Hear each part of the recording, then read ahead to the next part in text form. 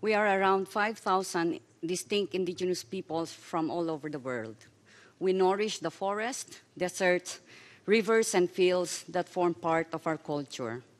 Our traditional knowledge is built through centuries of symbiotic interaction and codependence with our natural environment. We are governed by our customary institutions that provide for social cohesion, cooperation, and collective resilience, access to justice, sustainable resource management systems for the common good, and solidarity relations with other peoples.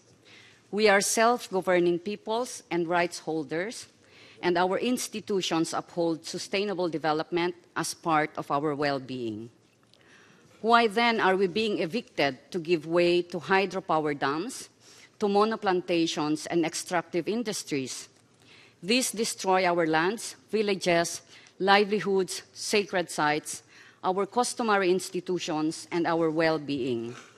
This is the question of thousands of indigenous peoples who continue to be discriminated and marginalized as an effect of the economic growth in many states. Madam Chair, we are not against development. We are, in fact, the embodiment of sustainable development.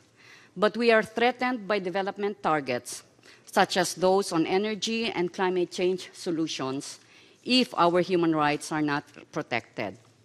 Inclusive institutions for achieving the SDGs for us mean the recognition and respect for our customary institutions and our sustainable resource management systems. It means mechanisms that require our free, prior, and informed consent to development projects and programs that affect us. It means inclusive partnership based on the respect for our self-determined development. Universal access to justice means ensuring the effective protection of our collective rights against land grabbing, displacements, and destruction of our cultural heritage by states and private sector. It means going beyond social and environmental safeguards to fully ensure respect for human rights, equitable benefit sharing, and accountability.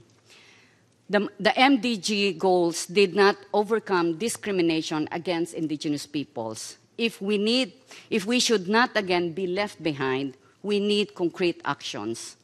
Hence, this is the time for states to show the political will and take concrete actions to abide by and implement their international obligations and commitments to indigenous peoples under the UN Declaration on the Rights of Indigenous Peoples and the World Conference on Indigenous Peoples, which took place last year. These commitments require institutions and mechanisms for the effective participation of indigenous peoples in decision-making at all levels, institutional reforms, and mechanisms of enforcement, as well as special measures for our economic, political, and social empowerment. We, as indigenous peoples, extend our cooperation in developing the needed partnerships to achieve the SDGs on the basis of equality, equity, accountability, cultural diversity, non-discrimination, and respect for human rights. Thank you, Madam Chair.